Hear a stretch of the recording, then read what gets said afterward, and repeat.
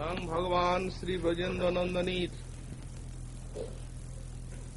পরম অনুরাগী ভক্ত শ্রীপাদ লীলাসুখ বিল্লমঙ্গল তাঁর শ্রীকৃষ্ণ কর্ণামৃতম গ্রন্থে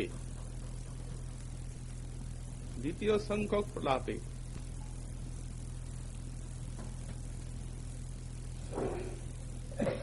বস্তু নির্দেশ রূপ মঙ্গলাচরণ করতে গিয়ে বললেন,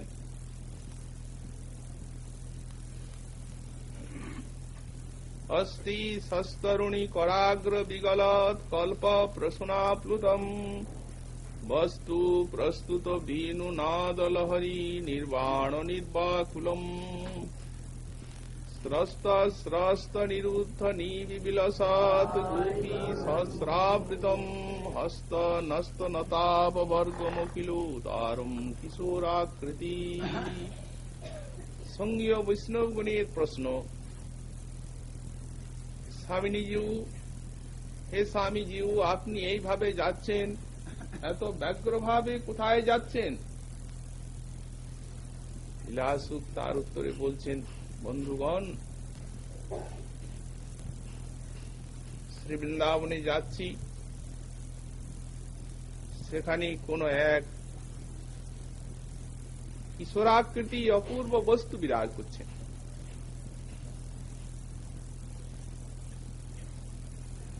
সেই কিশোরাকৃতি বস্তু অসাধারণ। তার হস্তে রয়েছে জগতাকর্ষক মোহন মুরলী। সেই বেণুনাদের দ্বারা সমগ্র বিশ্বকে তিনি বিমোহিত করে স্বয়ংও সেই বেণুনাদে তিনি আনন্দে বিভোর এবং বেণুনাদ শ্রবণে ভাব বিবশা স্বর্গীয় দেবাঙ্গনাগণীর হস্তের থেকে বিগলিত যে কুসুম নিচয়, সেই কল্পতরুর কুসুম নিচয়ে সেই বস্তু আবৃত এবং বেণুনাদ শ্রবণে সমাকৃষ্টা সহস্র সহস্র গোপ সুন্দরী,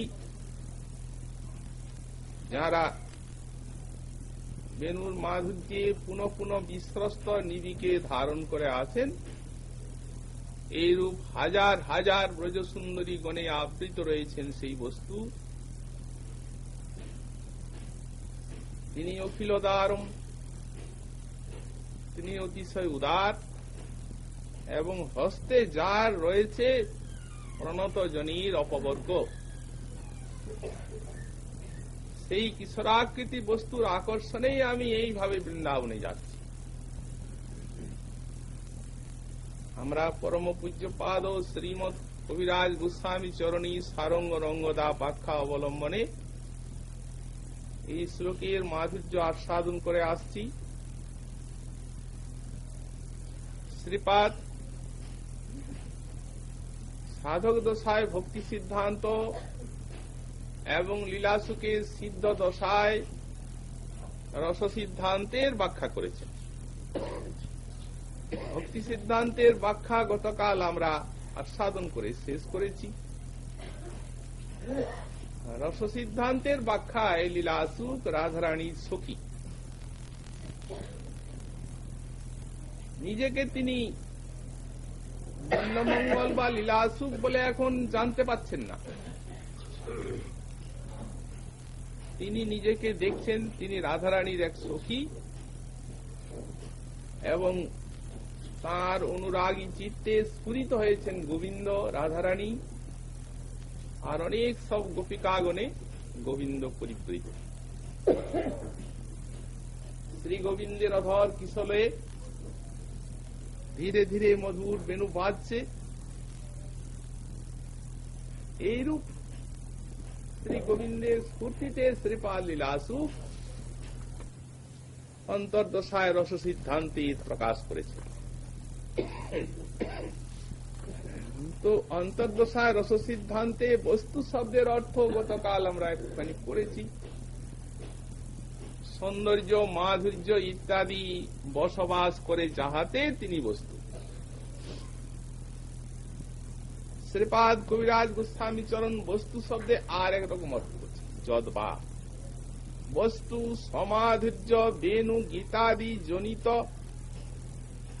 মোহ মোচ্ছাদি ভাবই আত্মারামা দিগ্ভ প্রাণী পর্যন্তানাম বিশেষত স্ত্রীণাং ততোপি অতীতরাং ব্রজ সুন্দরীণাং চিত্তং আচ্ছাদয়তি ইতি বস্তু। বস ধাতু আচ্ছাদনে, বসন্তি ইতি বস্তু, তার ব্যাখ্যা একটা করলেন। আর বস ধাতু যে আচ্ছাদনে, অন্তর্দশায় সেই আচ্ছাদনের ব্যাখ্যা করছে,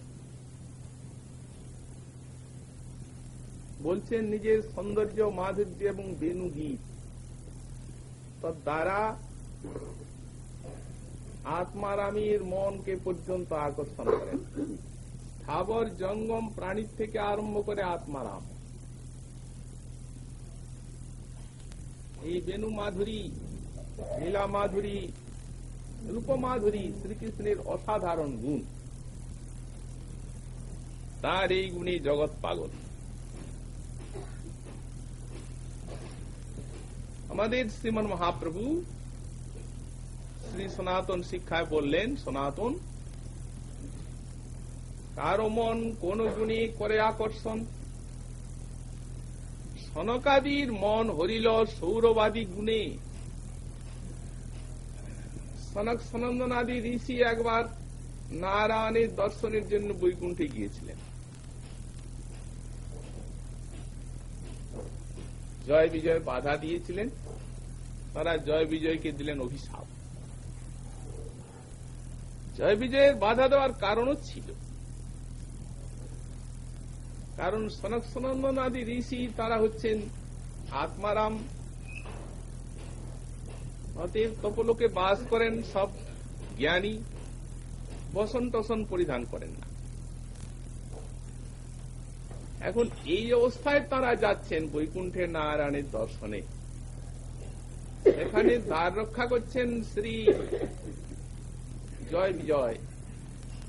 তারা বাধা দিলেন এই জন্যই যে তপলোকে আপনারা আছেন, বিবসন হয়ে থাকুন, কিন্তু এখানে মা আছেন কমলা দেবী, নারায়ণ আছেন, ভক্তগণ আছেন, সব প্রভু ভাবে, মাতা পিতা ভাবে উপাসনা, আর আপনারা যাচ্ছেন বিবসন হয়ে এই জায়গায়।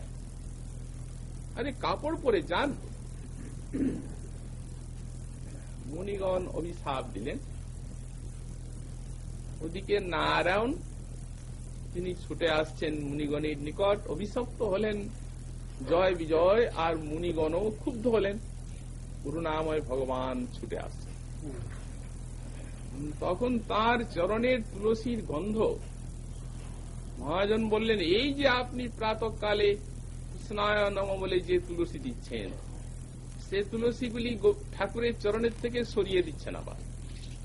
এই তো কি ভাবছেন? আরে সবগুলি উনি অঙ্গীকার করছেন। সেখানে পুঞ্জীভূত সব তুলসী জমা হয়ে আছে সাকেত লোকে। এই তুলসীর কি আঘ্রাণ! মুনিগণের নাসারন্ধ্র দিয়ে হৃদয়ে প্রবেশ করে সেই তুলসীর ঘ্রাণ ব্রহ্মানন্দকে তিরস্কৃত করে সেখানে ভাগবতী আনন্দ বিস্তার করল। তার আজ ভক্ত হয়ে গেলেন, আত্মারাম মুনি ভক্ত হয়ে গেলেন। তারা ভগবানের কাছে প্রার্থনা করলেন, বললেন, প্রভু তোমার ভক্তের কাছে অপরাধ করেছি, জয় বিজয়কে অভিশাপ দিয়েছি। তুমি তো বলেছ ভক্ত অপরাধ আমি খণ্ডাইতে নারী, সুতরাং এই অপরাধটা আমাদের খণ্ডাবে না, কিন্তু নিজের কথা ঠিক রাখো।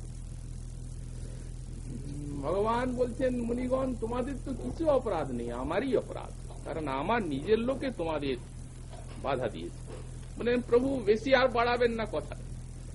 আজ আমাদের এত সৌভাগ্য যে ভক্তের অপরাধের জন্য আমরা জীবজনিতে যাব এবং সেখানে আপনার ভজন হবে। এই আত্মারাম দেহে হচ্ছে না। এই তো নারায়ণের চরণের তুলসীর গন্ধ। কিন্তু গতকাল আমরা আলোচনা করেছি, সব বিষয়ে উত্তম বলেছেন এই ব্রজেন্দ্র নন্দন।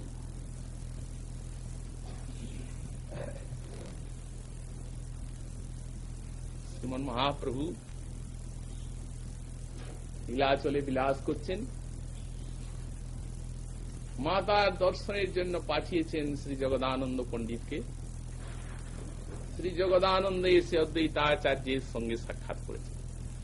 অদ্বৈতাচার্য বলছেন, জগদানন্দ, আমার একটা সন্দেশ প্রভুকে বহন করে নিয়ে দিও। বাউলকে কহিও লোকে হইল বাউল, বাউলকে কহিও হাটে নাবিকায় চাউল, বাউলকে কহিও কাজে নাহিক আউল, বাউলকে কহিও ইহা কহিয়াছে বাউল।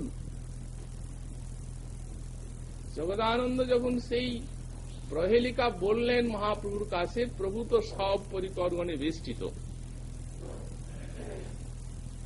স্বরূপ দামোদর বললেন, প্রভু এ প্রহেলিকার মর্ম তো কিছুই বুঝতে পারলাম না।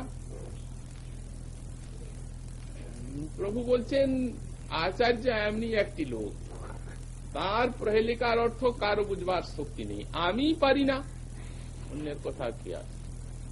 তবে আমার মনে হয় যতটুকু, প্রভু কহে আচার্য হন পূজক প্রবল, আগম শাস্ত্রের বিধি বিধানে কুশল, পূজা লাগি দেবতারে করে আবাহন,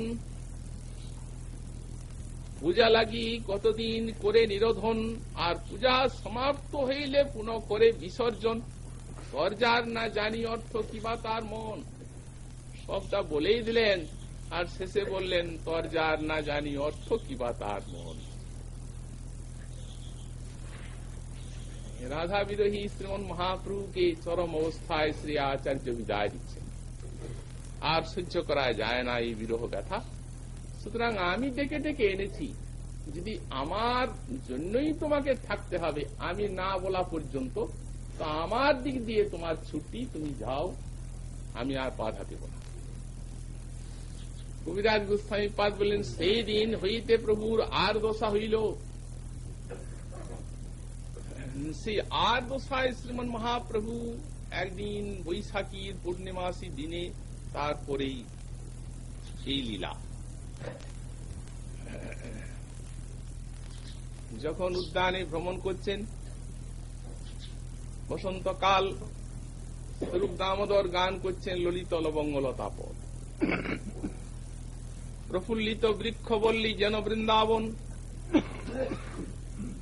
ভৃঙ্গ ঝঙ্কার করছে, কোকিল গান করছে, মধুস্রাবী কণ্ঠে স্বরূপ গাইছেন, ললিত লবঙ্গলতা পরিশীলন কোমল মলয় সমীরে, মধুকর নিকর করম্বিত কোকিল কূজিত কুঞ্জ কুটিরে, বিহরতি হরিরিহ সরস বসন্তে, নিত্যতি যুবতী জনেন সমংসখী বিরোহী জনস্য দুরন্তে। প্রভু পাগলের মতো নৃত্য করছেন, সহসা নৃত্য করতে করতে এগিয়ে যাচ্ছেন। যেতে যেতে হঠাৎ তমালের তলে কৃষ্ণ দেখে আচম্বিতে, যেমনি দর্শন করলেন সঙ্গে সঙ্গে কৃষ্ণ অন্তর্হিত হয়ে গেল। কৃষ্ণের শ্রী অঙ্গগন্ধে ভরিল উদ্যান। দেখুন স্বয়ং ভগবানকে পর্যন্ত কিভাবে পাগল করছে কৃষ্ণের অঙ্গগন্ধ, একটা গুণ। মহাপ্রভু বিকল হয়ে গেলেন। সঙ্গীয় বৈষ্ণবগণ সব তাঁর চেতনানয়ন করলেন। তিনি চারদিকে তাকাচ্ছেন, কোথায় কৃষ্ণ? কৃষ্ণকে তো দেখতে পাচ্ছেন না, গন্ধ মাত্র পাচ্ছেন। কি অপূর্ব রসদগার! কস্তুরিকা নীলোৎপল মিলনে যে পরিমল, যেই হরে তার গর্বমান, হেন কৃষ্ণ অঙ্গ গন্ধ, যার নাহি সে সম্বন্ধ, সেই নাসা বস্ত্রার সমান। সখী হে কৃষ্ণ গন্ধ জগত মাতায়, নারীর নাসায় বইসে সর্বকাল, তাহা বইসে কৃষ্ণ পাশে ধরি লইয়া যায়। কোন স্থানের গন্ধ কৃষ্ণের? নেত্র, নাভি, বদন আর করযুগ চর, এই অষ্টপদ্ম কৃষ্ণ অঙ্গে। কর্পূর মিলিত কমল, তার যেই পরিমল, সেই গন্ধ অষ্টপদ্ম সঙ্গে। করে নারীর তনু মন, নাশা করে ঘূর্ণন, ছুটায় নিবি খসায় কেশবন্ধ, করি আগে বাউরি নাচায় জগত নারী, ওইছে ডাকাতি কৃষ্ণ অঙ্গগন্ধ।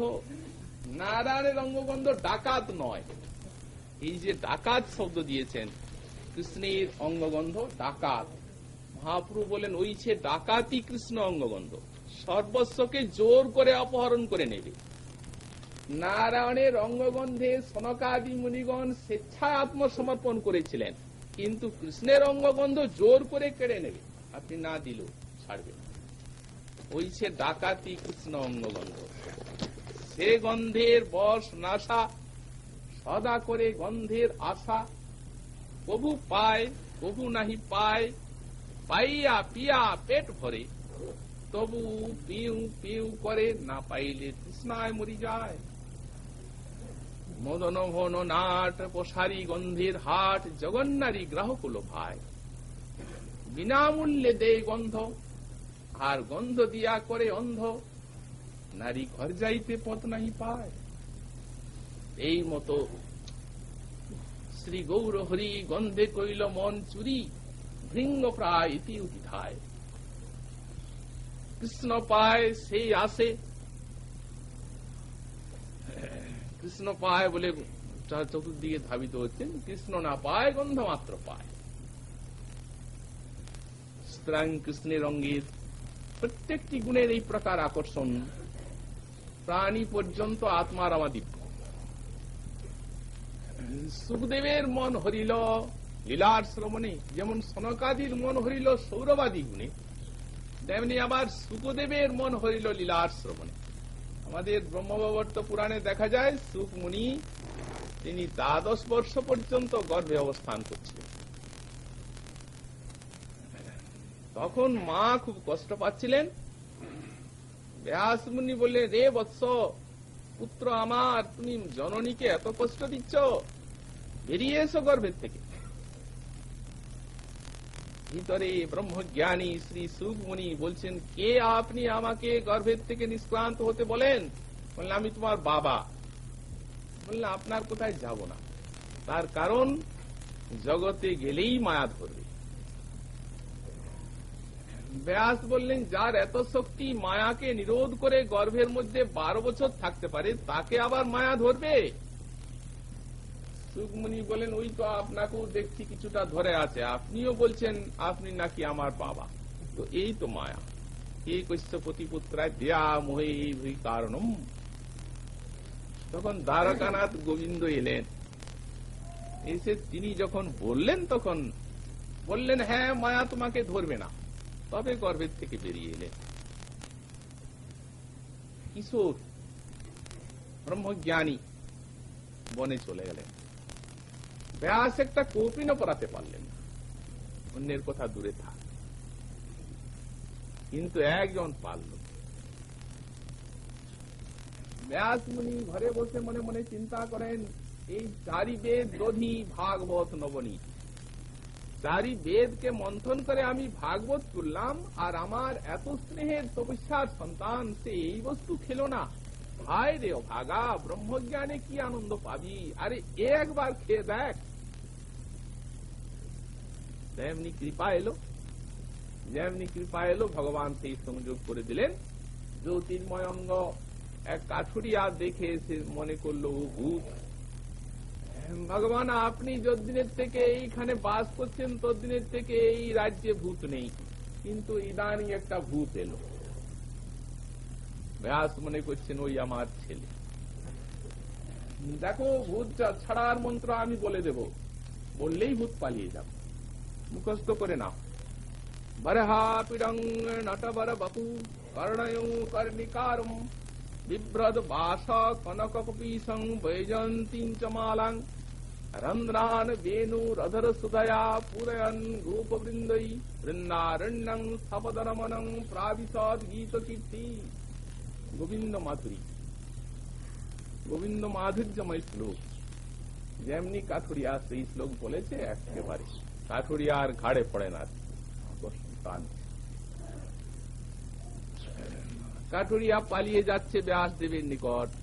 হে মহামুনি, কি মন্ত্র দিলেন? আরে আপনার ভূত যে ঘাড়ের উপরে পড়লো, পলাবে কোথায়? ঋষি বললেন, এরপর আমি ওকে আমার কাছে রাখবো, তুমি যাও, আর কোনো চিন্তা নেই। পূর্ণং ভাগবতম অধ্যাপয়ামাস ইতি ভাগবতস্য মহামহিমাতি স ব্যঞ্জিত। শ্রীজীব গোস্বামীপাদ বললেন, তখন নিজের কাছে বসিয়ে সারা ভাগবত পড়ালেন, আর তিনিও পড়লেন আর ব্যাখ্যাও করলেন।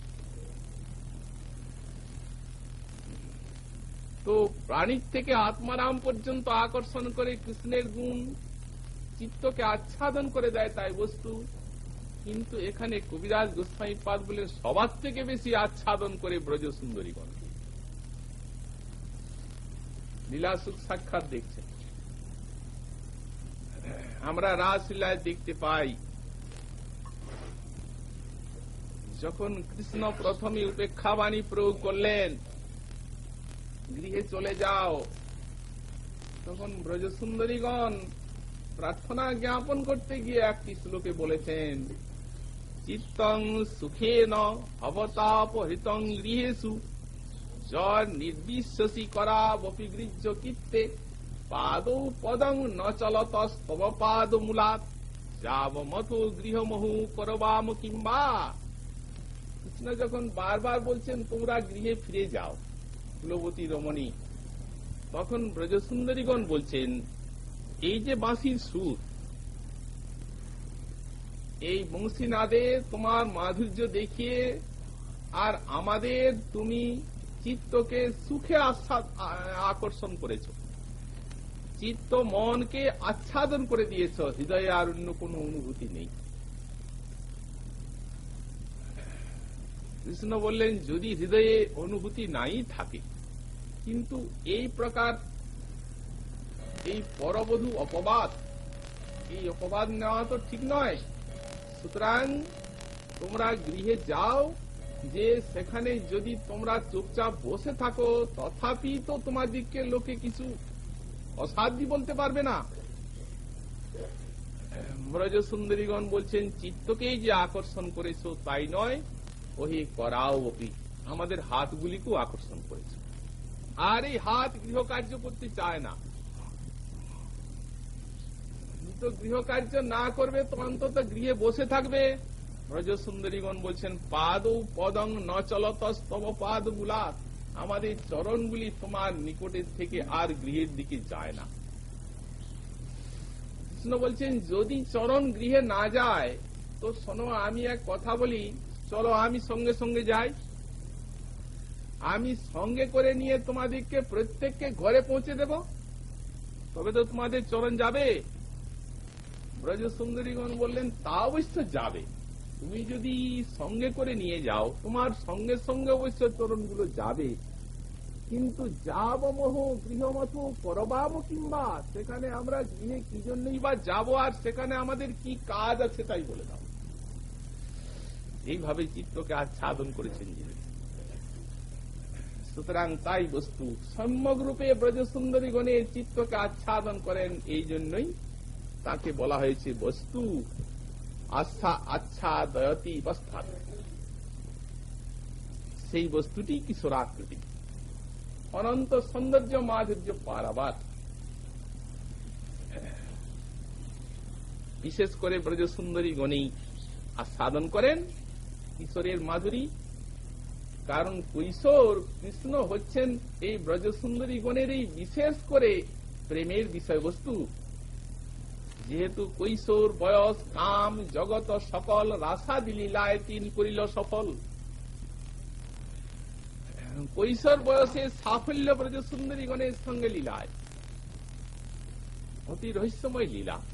কিন্তু আজ মহাপ্রভুর যুগে বিশ্ব মানবকে এই স্থানে আসতেই হবে, না এসে উপায় নেই। কারণ শ্রীমন মহাপ্রভু বিশ্ব মানবকে যে ভজনের আস্বাদন দিয়েছেন, এই ব্রজ ভজনের, সেটি দাস্য সখ্য বাৎসল্য রসের নয়, সেটি হচ্ছে মধুর রসেরই উপাসনা। ব্রজ সুন্দরী গণের আনুগত্যময় ভজন শ্রীমন মহাপ্রভুর মহাদান। সুতরাং এই যে ব্রজ সুন্দরী গণে শ্রীকৃষ্ণের কৈশোর মাধুর্যের সর্বাধিক আস্বাদন, রাধারানীর চরণাশ্রয় করে গৌড়ীয় বৈষ্ণবগণকে এই আস্বাদন নিতে হবে, অন্তরাত্মার কাছে পৌঁছে দিতে হবে। মহাজন বললেন, কৈশোর বয়সের সার্থকতা হচ্ছে এই কান্তাগণের সঙ্গে বিহারে। নিশ্চয় আমরা জানি কৈশোর বয়স কান্তাগণের সঙ্গে বিলাস মনে করলে আমাদের জগতে নায়ক নায়িকার মিলনের কথা মনে পড়ে, কিন্তু সেখানে সেই বস্তু নাই। সেখানে কেবল প্রেম এবং সচ্চিদানন্দের বিলাস মাধুরী, এছাড়া সেখানে কিচ্ছু নেই।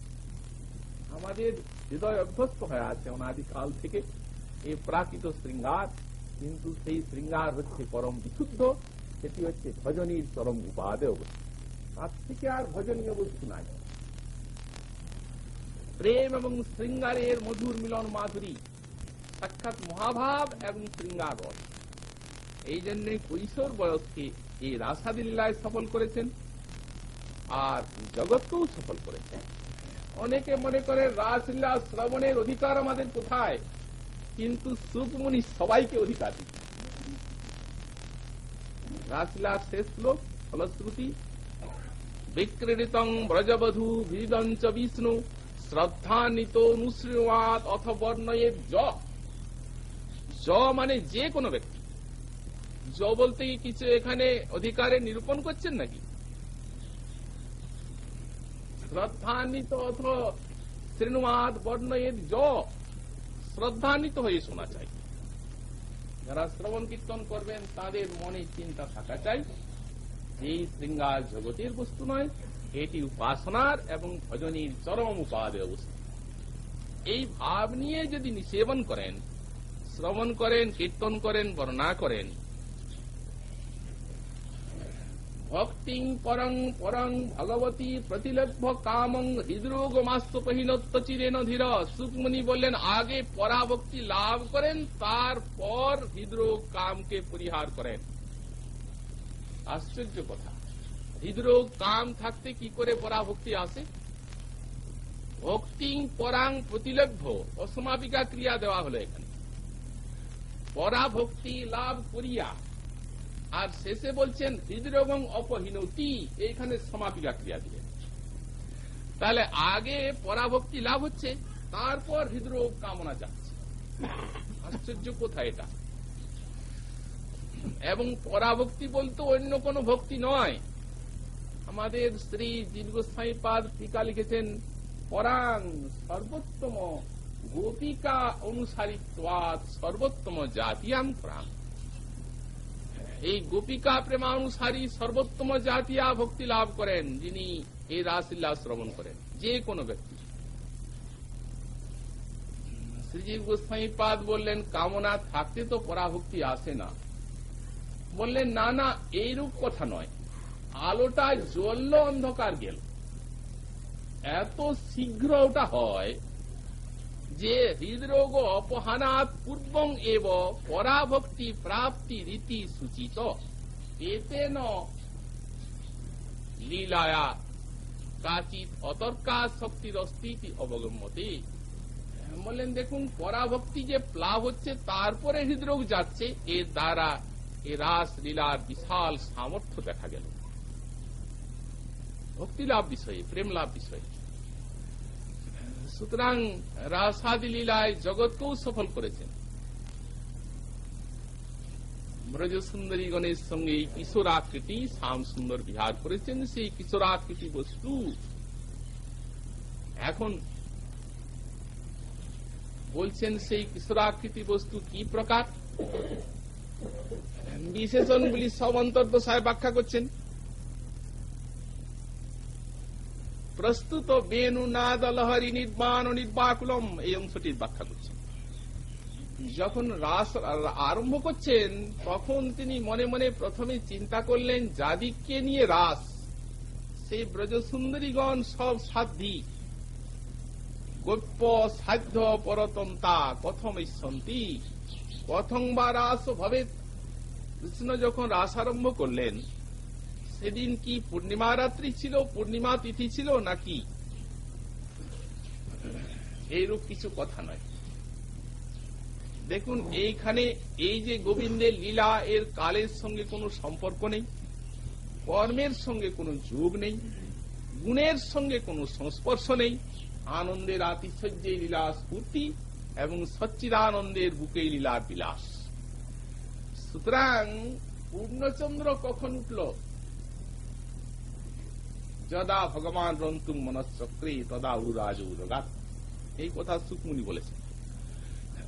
যখন ভগবানের ব্রজসুন্দরীগণের সঙ্গে রাস বাসনা হলো তখনই পূর্ণচন্দ্র উঠল।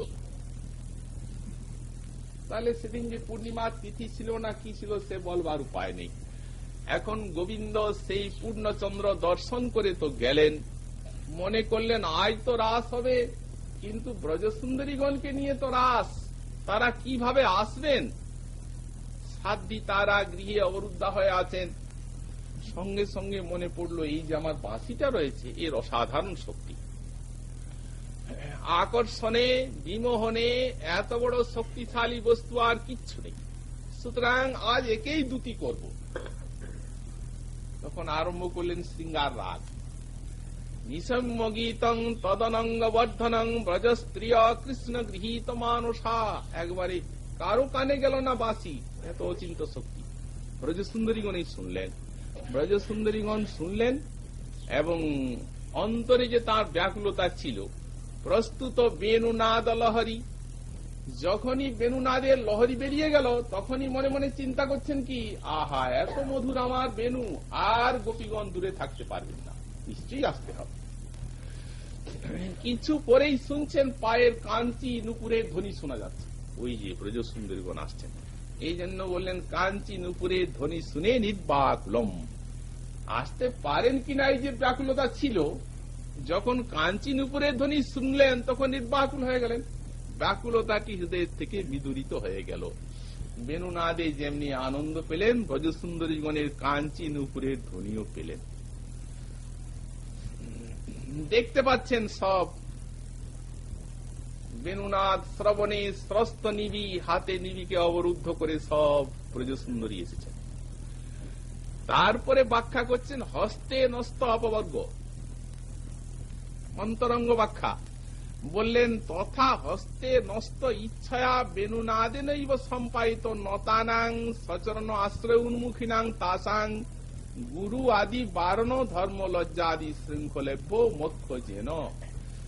এই যে বেণুনাদ, এই বেণুনাদের দ্বারা ব্রজসুন্দরীগণের মোক্ষ দিয়েছে, মুক্তি দিয়েছে তাদেরকে। বেণুনাদি সেটা তার হাতেই আছে। হস্তে নস্ত অপবর্গ কাদের? ব্রজসুন্দরীগণের। সেই অপবর্গটি কি? বেণু।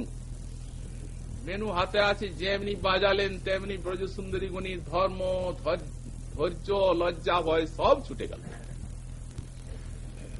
বেদ ধর্ম, লোক ধর্ম, দেহ ধর্ম, কর্ম, ধৈর্য লজ্জা, দেহ সুখ, আত্মসুখ, মর্ম, দুস্তর্য আর্যপথ, নিজ পরিজন স্বজনে করে যত তাড়ন ভৎসন, সর্বত্যাগ করি করে কৃষ্ণের ভজন, কৃষ্ণ সুখ হেতু করে প্রেম সেবন, ইহারে কহিয়ে কৃষ্ণে শুদ্ধ অনুরাগ, স্বচ্ছ ধৌত বস্ত্রে জইছে নাহি কোনো দাগ। নির্মল প্রাণ নিয়ে ব্রজসুন্দরীগণ এক একটা ফুটন্ত কুসুমের মতো হৃদয়ে প্রেম পরিমল ভরপুর, সেই প্রেম মকরন্দ নিয়ে সব কৃষ্ণ সেবার জন্য এসেছে, চারদিকে ঘিরে দাঁড়িয়েছে। বললেন ভগবান নিজেই তাদের নিকটে স্বীকার করলেন, বললেন শ্রীমুখে যে তোমরা আমার ভজনের জন্য সব ত্যাগ করেছ। এই ত্যাগ সহজ নয়। যখন একবার ত্যাগ করলেন তো তাদেরকে ছেড়ে চলে গেলেন। তারপরে ব্রজসুন্দরীগণ রাধারানীকে পেলেন। রাধারানীকে পেয়ে যখন সকলেই কাঁদতে লাগলেন কৃষ্ণের জন্য, তখন এসে দর্শন দিলেন মন্মথ রূপে। যখন দর্শন দিলেন তখন ব্রজসুন্দরীগণের মনে হল যে যাকে আমরা এতখানি ভালোবেসেছি, আরে তিনি আমাদের এত দুঃখ দিলেন, সুতরাং একবার জিজ্ঞাসা তো করব। কিন্তু কিভাবে করবেন? পরিহাস রসময় লীলা, একটু পরিহাস ভঙ্গিতে বললেন। যখন সেই ব্রজসুন্দরীগণের সঙ্গে মিলিত হয়ে যে সময় যমুনার তটে এলেন, ব্রজ সুন্দরীগণ আপন আপন উত্তরীয় বসন পেতে দিলেন, সেই উত্তরীয় বসনের উপরে বসলেন। ব্রজ সুন্দরীগণ শ্রী শ্যাম সুন্দরী, যত ব্রজ সুন্দরী তত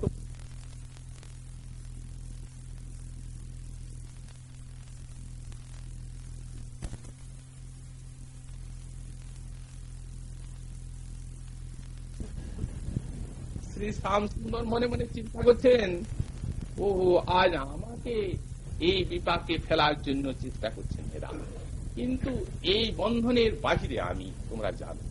সঙ্গে সঙ্গে উত্তর দিচ্ছেন, সখীগণ শোনো, যারা ভজন করলে ভজন করে, ভালোবাসলে ভালোবাসে, তারা সংসারী মানুষ। ভালোবাসুন ভালোবাসবে, ভালো না বাসুন ভালোবাসবে না। যদি কিছুদিন ব্যবহারের কিছু একটা শুষ্কতা এসে যায়, তাহলে ভালোবাসা শুষ্ক হয়ে গেল সঙ্গে সঙ্গে। এটি হচ্ছে সংসারী মানুষের ভালোবাসা। আর যারা না ভালোবাসলেও ভালোবাসে, তারা হচ্ছেন মাতা পিতা আর সেই প্রকার পরোপকারী ব্যক্তি। মাতা পিতা সন্তানকে ভালোবাসেন, সন্তান কবে বড় হবে, তাকে অর্থ রোজগার করবে, মা বাবাকে খাওয়াবে, এই জন্য ভালোবাসেন। স্বভাবত মাতা পিতার ভালোবাসা সন্তানের উপরে ঝরে পড়ে। এই জন্য মাতা পিতা হচ্ছেন ভালো না বাসলেও ভালোবাসে, আর সেই প্রকার কোন নিরীহেতু পরোপকারী ব্যক্তি। শ্রী শ্যাম সুন্দর বললেন, যারা ভালোবাসলে ভালোবাসে, তাদের ভিতরে আমি নাই।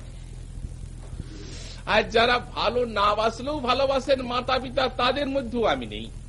তার কারণ সে তো কোনো একটা ব্যক্তি বিশেষ সন্তানকে নিয়ে, আর অনন্ত কোটি ব্রহ্মাণ্ড আমি, সকলেই আমাকে কামনা করে এবং সব আমার সন্তান। সুতরাং যারা ভালো না বাসলেও ভালোবাসে, তাদের মধ্যেও আমি নেই। আর ভালোবাসলেও আর না বাসলেও যারা ভালোবাসে না, তারা চার প্রকার। বাসলেও যখন বাসে না, তখন না বাসলে তো বাসবেই না। এক আত্মারাম, এক আপ্তকাম, আর এক গুরুদ্রোহী, আর এক অকৃতজ্ঞ। তখন ব্রজসুন্দরীগণ পরস্পরে চোখ ঠাচ্ছেন, পরস্পর চোখ ঠেরে পরস্পরকে বলছেন, সখীগণ এখন বুঝলে তো আমাদের শ্যাম সুন্দর কোন পর্যায়ে এসে গেল। ভালোবেসেছি আমরাও, ভালোবাসেনি, ছেড়ে চলে গিয়েছিল। সুতরাং গুরুদ্রোহী তো নয়, মা বাবার প্রতি শ্রদ্ধা ভক্তি আছে। তারপর আত্মারাম আপ্তকাম তো নয়, তার কার নামাদিকে সে চায়, বুঝতেই পারা যাচ্ছে আমাদের উপরে আকর্ষণ আছে তার। তাহলে অকৃতজ্ঞই হলো, আর কি অকৃতজ্ঞর পর্যায়ে এসে দাঁড়িয়ে গেলেন। তখন শ্যাম সুন্দর নিজে হাসতে হাসতে একটি কথা বলছেন, না হন্তু সখ্য ভজদপি জন্তুন ভজাম্যমিষা মনুবৃত্তি বৃত্তয়ে যথা ধনো লব্ধ ধনে বিনস্তে তচ্চিন্তয়ান্নাত নিভৃত অনুবেদ। হে সখীগণ, আমাকে কিন্তু কোন সময় ভজন করলেও আমি ভজন করি না। কেন জানো? আমার ধ্যানের অনুবৃত্তিকে বর্ধিত করার জন্য। যেমন একবার ধন পেয়ে কোনো কৃপণ ব্যক্তি যদি সেই ধন হারিয়ে যায়, তাহলে তার চিত্তটি ধন চিন্তায় এতই তন্ময় হয় যে সমগ্র চিন্তা জালকে ছাপিয়ে আর হৃদয় ধন চিন্তা একেবারে ভরপুর হয়ে যায়। তো সেই প্রকার আমি একবার ভালোবেসে বা দেখা দিয়ে সঙ্গে সঙ্গে যখন আড়াল হয়ে যায়, তখন চিত্তটি আমার চিন্তায় এতই তন্ময় হয়ে যায় যে আমি ছাড়া জগতে আর কিচ্ছু অনুসন্ধানের বিষয় থাকে না। এই হৃদয়টি একমাত্র আমাকে আস্বাদন করা যায়। সুতরাং ধ্যানের অনুবৃত্তি বর্ধনের জন্য আমি একবার দেখা দিয়ে আড়াল হয়ে যাই। ব্রজসুন্দরীগণ বলছেন কি, শ্রীপাদ কর্ণপুরের ব্যাখ্যা বললেন, জন্তুন বললে আমাদিকে, না হন্তু সখ্য ভজতপি জন্তুন বলেছেন। জীব, তা আমরা কি সাধারণ জন্তু নাকি? আমাদের হৃদয়ে কি তোমার ধ্যানের অনুবৃত্তির কোন ন্যূনতা রয়েছে? তার উত্তরে এই যে শ্লোকটি দৃষ্টান্ত দিচ্ছেন সেইটি বললেন। বললেন, সখীগণ সত্যই বলেছ তোমরা, তোমাদের ভজনের প্রতিদান দেওয়ার শক্তি বা সামর্থ্য আমার নেই। অতএব ন পারেহং নিরবধ্য সংযুজাং সসাধু কীর্তং বিবুধায়ু সাপি বহ জামা ভজন দুর্জর গেহ শৃঙ্খলা সংবৃশ্চ তদ্বা প্রতিজাতু সাধুনা।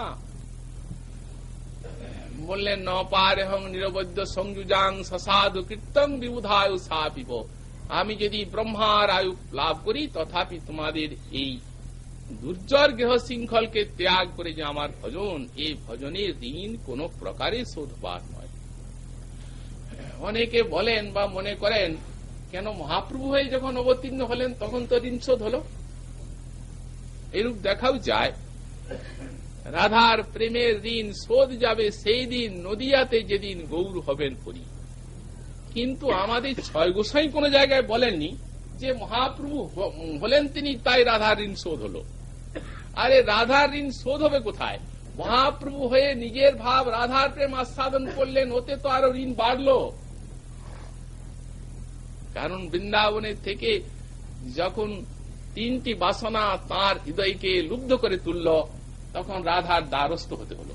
তুমি যদি তোমার প্রেম এবং তোমার কান্তি দাও, তাহলে এই তিনটি বাঞ্ছা আমার আস্বাদন হয়। রাধারানী বললেন, তোমার যখন আস্বাদন হয় তখন নাও। ভাবকান্তি দিলেন, তো ভাবকান্তি নিয়ে নিজের কাজ করলেন, নিজের লোভটিকে মিটালেন এসে, তাতে আবার ঋণ শোধ হবে কোথায়? তো বাড়ছে ঋণ, আরো বাড়লই মহাপ্রভু অবতারিত। সুতরাং শোধের কোন প্রসঙ্গ নেই, এই ঋণ শোধ হওয়ার নয়। এবং ভগবান যে একটি মূল্যবান কথা বলেছেন, ভাগবতেই দেখা যায় ঋণ শোধ করতে তিনি চান না। সসাধু কীর্তন বললেন তো, সসাধু কীর্তন, তোমাদের নিজের সাধুকৃত্যে এই ঋণের প্রতিকার হোক। গোপীগণের সাধুকৃত্য কি? গোপীগণ নিষ্কাম ভাবে ভজনই করবে আর ভগবান ঋণে আবদ্ধই হয়ে যাবে, এইটি চাইলেন। তোমরা এই নির্মল ভজন করেই যাবে আর আমি চিরকাল ঋণে আবদ্ধ হয়েই যাব, এই ঋণ মুক্ত হওয়ার ইচ্ছা আমার নেই, অপিচ ঋণী থাকাই আমার ইচ্ছা। ঋণী থাকাই ভগবানের কাম্য, ঋণ মুক্ত হওয়ার জন্য তার বাসনা জাগে না। সুতরাং এই জন্যই বললেন, ভগবান তো শ্রীমুখেই বলেছেন, বেণুনাদ আদি মাধুর্যের দ্বারা তাদের গৃহ শৃঙ্খল ইত্যাদি সব ছিন্ন হয়ে গিয়েছে। এই অপবর্গ ব্রজসুন্দরীগণের যার হাতে রয়েছে ওই বেণু, হস্ত নস্ত অপবর্গ। তারপর অখিলদার শব্দটিকে ব্যাখ্যা করছেন, বললেন তথা অখিলাসু বল্লভীসু উদারম তত্ত্বৎ অভীষ্ট বিলাস পুট্যা সর্বমনোরথ দাত্রী। অখিলদার, সেখানে যেমন অখিলদার বলতে সাধক দশার ব্যাখ্যা হলো সমগ্র বিশ্বজীবের প্রতি উদার দাতা।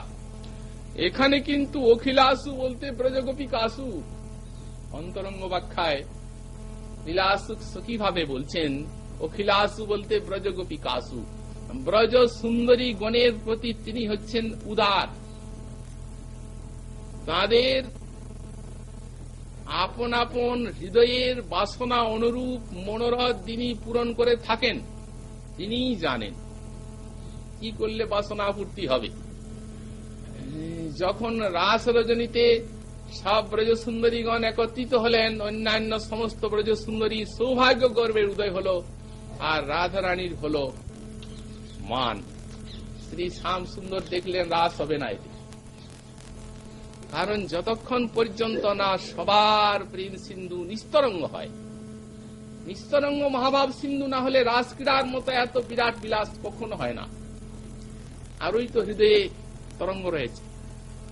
তখন ব্রজসুন্দরীগণের মান, শ্রী ব্রজসুন্দরীগণের সৌভাগ্য গর্ব প্রশমনের জন্য, রাধার মান প্রসাদনের জন্য রাধাকে নিয়ে অন্তরিত হয়ে গেলেন। তো যখন অন্তরিত হলেন তখন ব্রজসুন্দরীগণ মনে চিন্তা করলেন তো যে আমাদিকে ত্যাগ করেছেন, আমাদের মনোবাসনা তিনি পূর্ণ করলেন না। কিন্তু সবার মনোবাসনা পূর্ণ করবার জন্য তিনি অখিল উদার। তাৎকালিক উঠে দেখা গেল বিরহ দিলেন হৃদয়ে, যাতে সৌভাগ্য গর্বটা প্রশমন হয়ে যায়। ওটা না হলে রাস হবে না, আর রাসই আজকার কাম্য।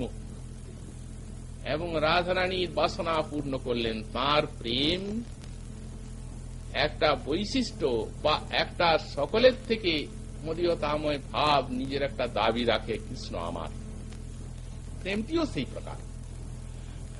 সুতরাং সেই সুমেরুর মতো প্রেম রাধাকে নিয়ে নির্জনে বিলাস করলেন, প্রথম তারও মনোবাসনা পূর্ণ করলেন। তো যদি কেউ বলেন রাধারই মনোবাসনা পূর্ণ করলেন, অন্যান্য গোপিকাগণের মনোবাসনা যে তিনি পূর্ণ করলেন তা আমরা কি করে বুঝবো? তাদেরকে তো বিরহ দিলেন। বললেন হ্যাঁ, বিরহ তো দিলেন ঠিক। তারপর যখন রাধারানীর সঙ্গে চরম বিলাসের পরে যে সময় শ্রী রাধারানীর মনে হলো যে হায়, আজ তো সব গোপী আমার প্রাণনাথকে চায়, আমি সবার ভোগ্য সম্পদকে নিয়ে একা যে ভোগ করছি, এটি কি ভালো কাজ হচ্ছে? হৃদয়টা ভরা। তিনি মনে মনে ভাবলেন, ওই যে পায়ের নুপুরে শব্দ শোনা যায়, আর যাবো, তারা এসেই যায়। শ্রী শ্যাম সুন্দর বলেন, রাধে চলো চলো, এখনই ধরা পড়ে যাব, দেখছো না কাঞ্চি নুপুরের ধ্বনি শোনা যাচ্ছে। রাধারানী বললেন, ধরা পড়ি তো ভালোই, নপারহং চলিতুম নয়মাং যত্রতে মনহস, না তার চলতে পারছি না আমি, তোমার যদি ইচ্ছা হয় তুমি আমাকে বয়ে নিয়ে যাও। মনে ভাবছেন বয়ে তো নিয়ে যেতে পারবে না, যদি তোমার নিয়ে যাওয়ার ইচ্ছা হয় যেভাবে ইচ্ছা নিয়ে যাও।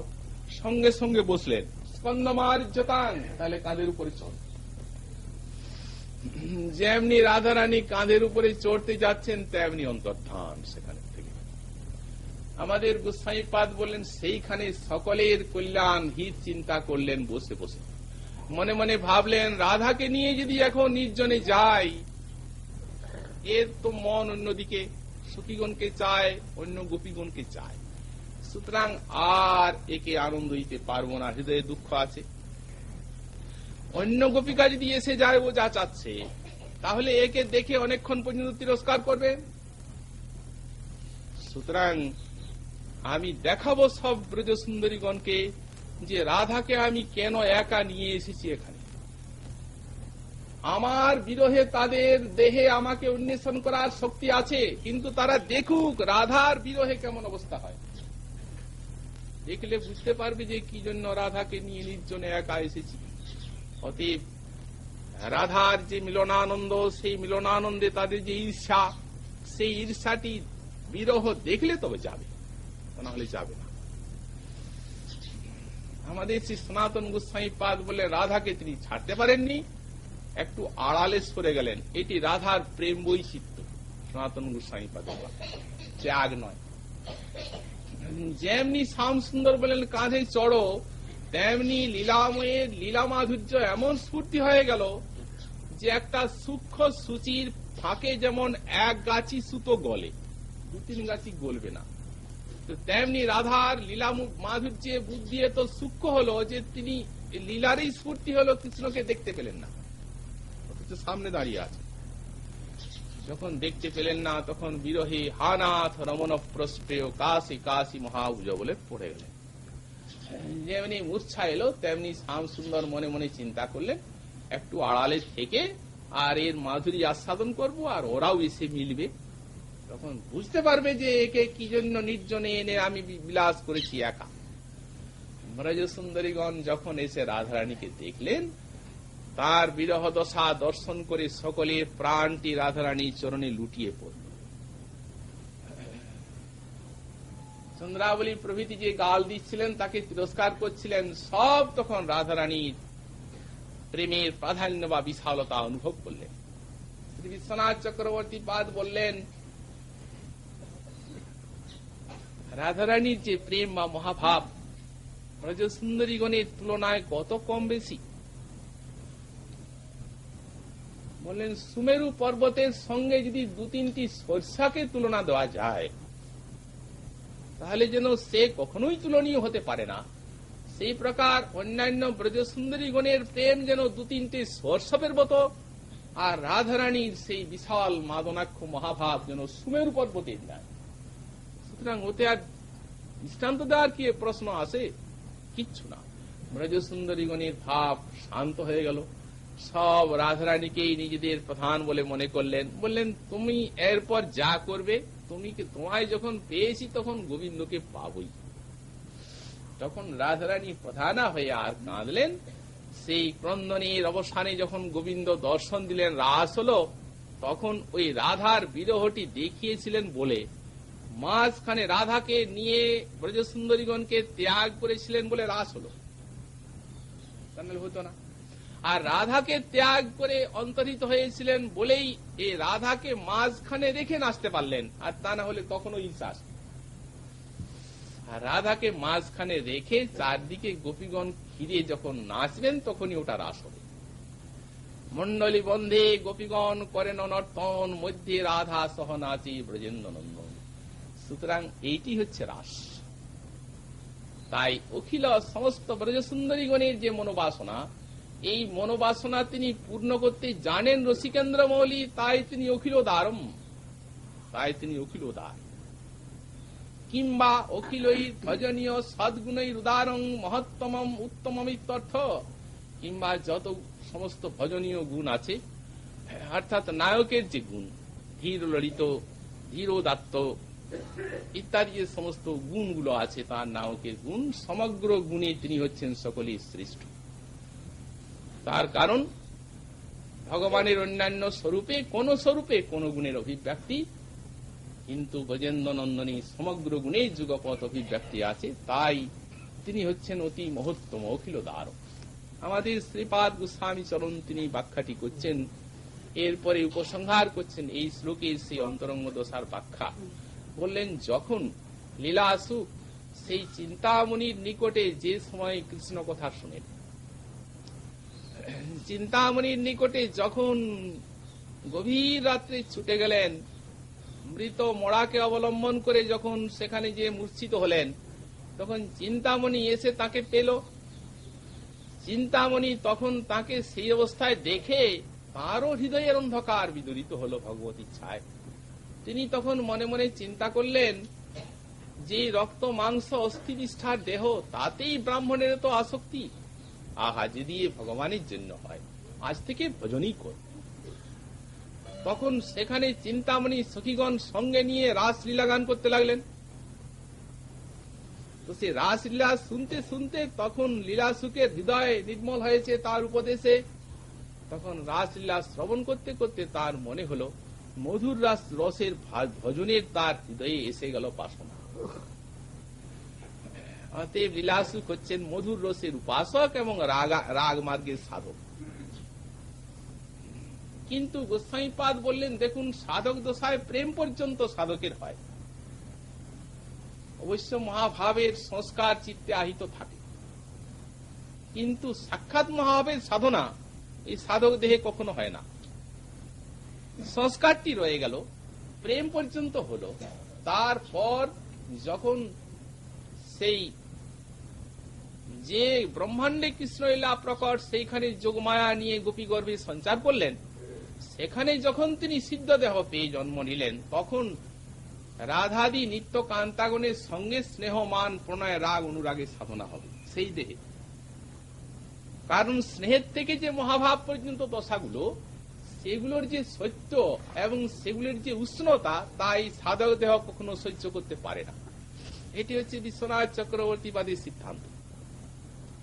দৃষ্টান্ত দিচ্ছেন, যেমন মনে করুন কোন একটা আমের বাগান, সে আমের বাগানে কতগুলো আম পাকলো, তখন মালিক কি করে, সব আমগুলোকে পেড়ে আর মালিকের ঘরে পৌঁছে সেখানে জাকর দিয়ে দিল, সেইখানে আমগুলো পুরো পাকবে। আর তা না হলে যেগুলো আগে পেকেছে সেগুলি পড়ে যাবে, তো পড়ে গেলে মৃত্তিকার সঙ্গে নষ্ট হয়ে যাবে রসটা। এই জন্য যেমনি কতগুলো একটুখানি পাকলো, তেমনি সবগুলিকে জাকর দেওয়া হয়। তো বললেন, সেই প্রকার যেমনি প্রেম হলো ভজন করতে করতে, তেমনি যোগ মায়া যে ব্রহ্মাণ্ডে কৃষ্ণলীলা প্রকট, সেইখানে নিয়ে গোপী গর্ভে সঞ্চার করে সেই স্থানের থেকে সিদ্ধ দেহ পেয়ে স্নেহমান প্রণয় রাগ অনুরাগ ওইখানে হবে, এই দেহে হবে না। কিন্তু লীলাসুকের অনুরাগ পর্যন্ত হয়েছিল বলে গোস্বামীপাদ উল্লেখ করেছেন। অনুরাগের ভজন অতিশয় মধুর। লীলাসুক অনুরাগী। অনুরাগটি কি জিনিস গোস্বামীপাদ তার লক্ষণ করেছেন। সদানুভূতমপি য গুজ্জাত নব নব প্রিয়ম রাগো ভবত নব নব সনুরাগ ইতিজ্যতে। সর্বদা প্রিয়তম শ্যাম সুন্দরকে অনুভব করলেও সাধকের হৃদয়ের অনুরাগ তাকে নূতন নূতন করে তোলে। এটি হচ্ছে অনুরাগের কার্য। জনম অবধি হাম রূপ নেহারিনু নয়ন তিরকিত, এ হচ্ছে অনুরাগের কার্য।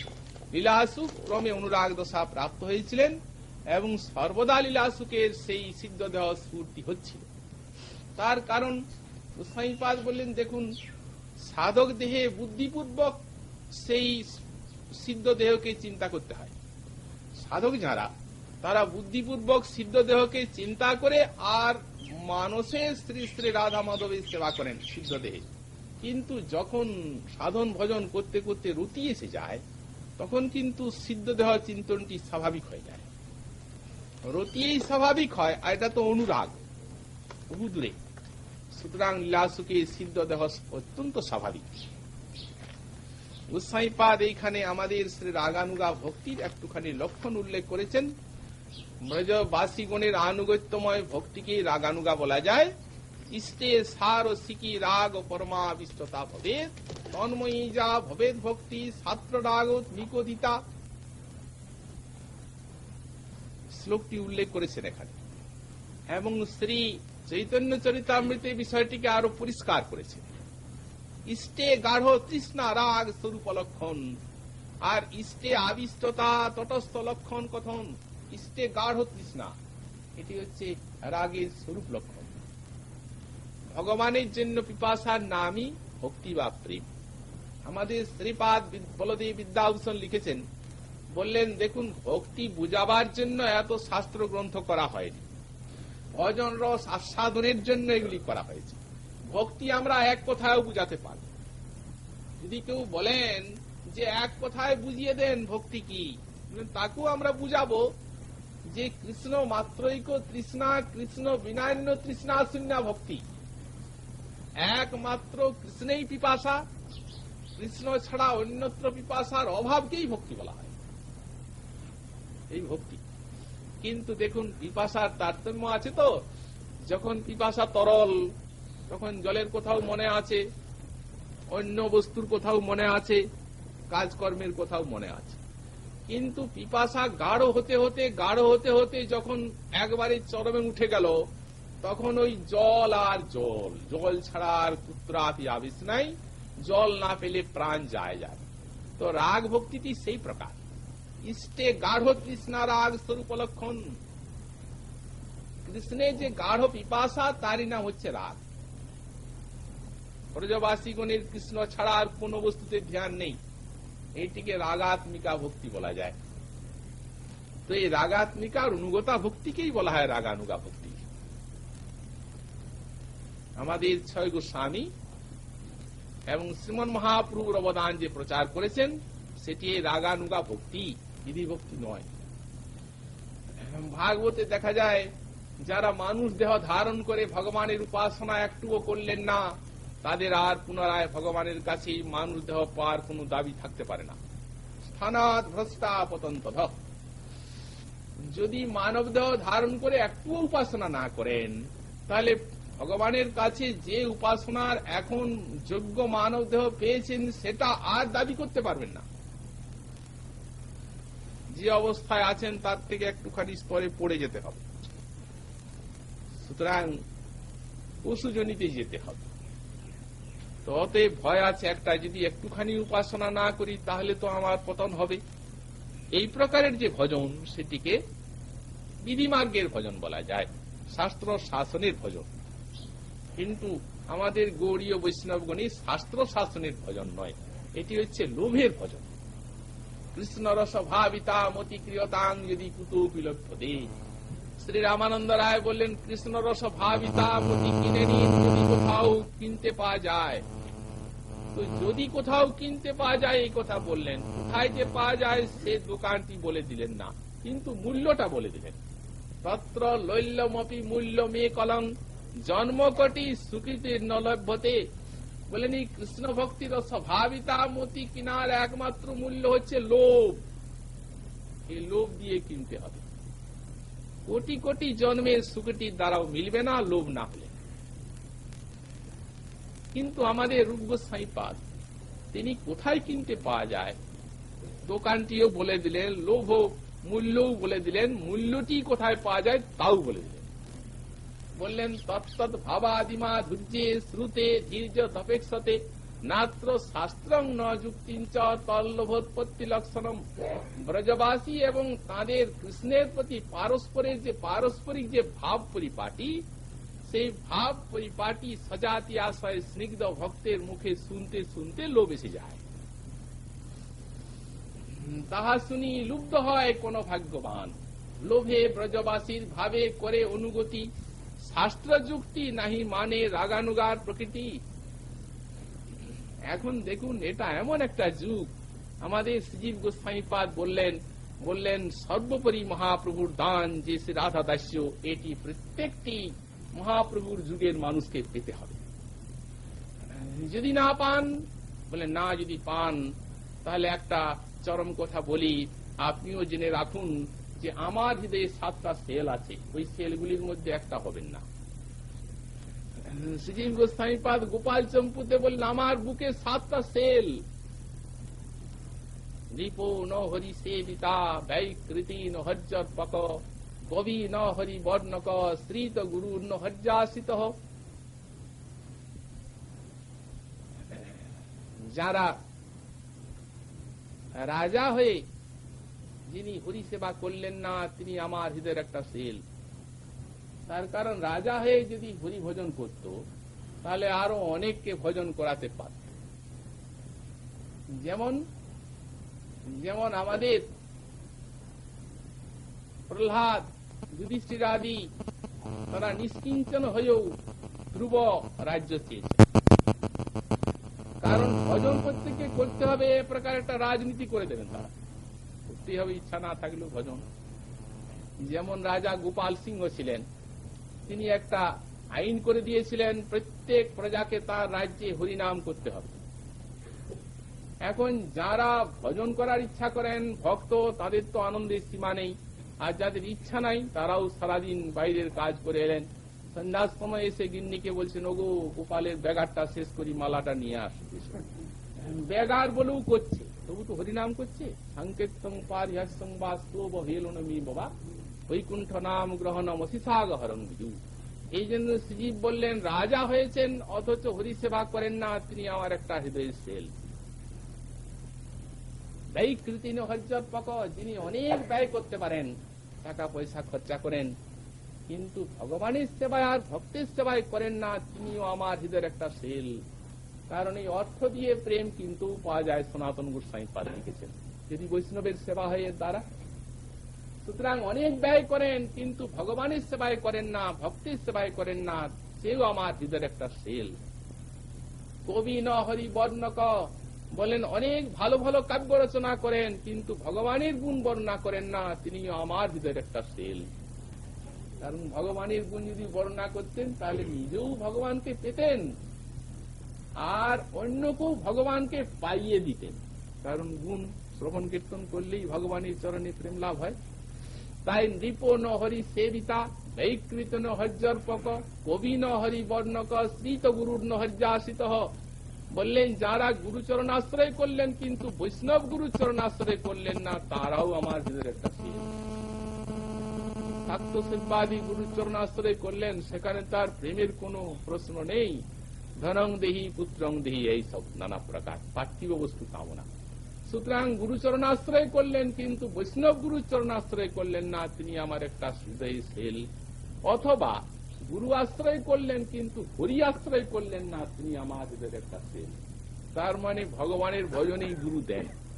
কিন্তু কতগুলো গুরু এই প্রকারও আছেন যারা বলেন ভগবানকে ভজন করার দরকার নেই, আমি কৃষ্ণ, আমাকেই ভজন করো। ওই মতটাকে খণ্ডন করে দেওয়া। ওটি হচ্ছে, ওর মতটির নাম হচ্ছে সহজিয়া মত। সুতরাং ও মতটিকে খণ্ডন করেছেন গোস্বামী। শ্রীত গুরুর ন হজ্জাসিত। তারপরে বললেন গুণী ন হরি তৎপর সরলধীর ন কৃষ্ণাশ্রয়, যার অনেক গুণ আছে কিন্তু যিনি ভজন করেন না, ভক্তিরূপ গুণ যার নেই, তিনি আমার হৃদয়ের একটা সেল। কারণ সব গুণের সঞ্জীবক হচ্ছেন ভক্তি। ভক্তিহীন দেহ, এই যেন প্রাণহীন শরীর। সুতরাং অনেক গুণে গুণী কিন্তু ভক্ত নন, তিনি আমার হৃদয়ের একটা সেল। সরল ধীর্ণ কৃষ্ণাশ্রয়, আর যিনি সরল প্রাণ অথচ কৃষ্ণাশ্রয় করলেন না, তিনিও আমার হৃদয়ের একটা সেল। সরল প্রাণ হলে কৃষ্ণকে শীঘ্র পাওয়া যায়। গোবিন্দ বলেন কপটতা আনবেন না, সরল প্রাণে আমার চরণে আসুন। আমার সঙ্গে কপটতা করে কি করবেন? যদি একটা মানুষের সঙ্গে আমরা কপটতা করি, ভিতরে এক ভাব বাইরে এক ভাব, তাহলে তাকে ঠকাবো। কিন্তু যিনি আমার অন্তরের অন্তরে বসে আছেন, তাকে তো ভিতরে এক ভাব বাইরে এক ভাব করে ঠকানো যাবে না। অতএব যা ভিতরে আছে সেইটাই বের করুন, তাহলে তিনি সুখী হবেন। তো বললেন যারা সরল বুদ্ধি তাদের ভিতর বাহির এক, কিন্তু সরল বুদ্ধি হোক যারা গোবিন্দ চরণ আশ্রয় করলেন না, তারা আমার ভিতরে একটা সেল। শেষে বললেন এই মহাপ্রভুর যুগে যারা গোবিন্দ চরণ আশ্রয় করো, রাধারানী চরণ আশ্রয় করলেন না, তারাও আমার ভিতরে একটা সেল। থেকে বড় কথা আর কি থাকতে পারে চিন্তা করুন। এই যুগল উপাসনা, কৃষ্ণাশ্রয় করেছেন কিন্তু রাধারানী চরণ আশ্রয় করলেন না। সচ ন ব্রজ রামানুগ সহৃদি সপ্ত সল্যাণী মে। সুতরাং এর দ্বারা জানা যায় যে আমাদের শ্রীপাদ বিল্লমঙ্গল ঠাকুর যে হাত দুটি নিয়ে এই কৃষ্ণকর্ণামৃত রসোদ্গার করেছেন, আর আমাদের কবিরাজ গোস্বামী পাল সেই হাত দুটিকে এমন ভাবে নিষ্কাশন করেছেন এবং তার অন্তরঙ্গ ব্যাখ্যা এমন ভাবে বিবৃত করেছেন, যাতে এই শাস্ত্রের শ্রবণ কীর্তনে শ্রী শ্রী রাধারানীর চরণে রতিমতি সঞ্জাত হয় এবং সেই ভাব বুকে নিয়ে মহাপ্রভু আনলেন। আর কবিরাজ গোস্বামী পাদও বললেন কর্ণামৃত সমবস্তু নাহি ত্রিভুবনে, যাহা হইতে হয় শুদ্ধ কৃষ্ণ প্রেম জ্ঞানে, সৌন্দর্য মাধুর্য কৃষ্ণ লীলার অবধি, সে জানে যে কর্ণামৃত পড়ে নিরবধি। আমাদের শ্রী কবিরাজ গোস্বামী পাদ এই বস্তু নির্দেশ রূপ শ্লোকটির ব্যাখ্যা এখানেই সমাপ্ত করলেন। তারপর শ্রীমন মহাপ্রভুর কৃপা হলে আগামীকাল থেকে দ্বিতীয় সংখ্যক শ্লোকের